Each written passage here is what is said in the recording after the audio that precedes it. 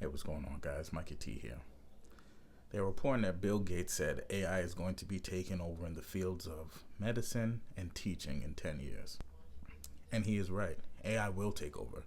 That is, unless we get really serious about changing the way we practice those professions.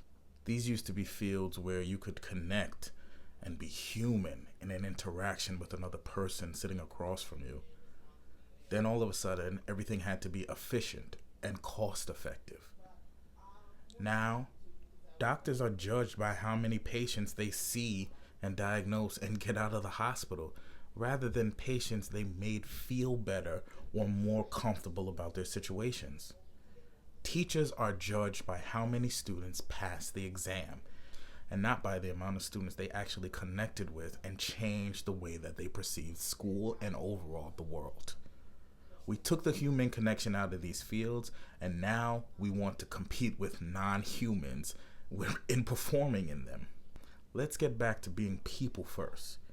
We won't have to worry about AI taking anything at that point. Now, let me be clear here. There are certain jobs that AI will take over. There are situations and there are just things that are just mundane and very rudimentary tasks. There's no feeling, there's no human interaction that takes to do these jobs. And AI will take those jobs over. But what we have to do is we have to move on.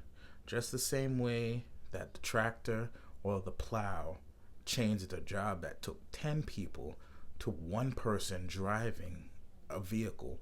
Society moves. The economy moves. Where the jobs are moves.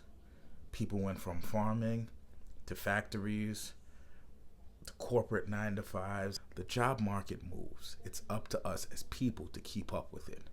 But if we keep the human in the jobs that require humans, then AI can never take over.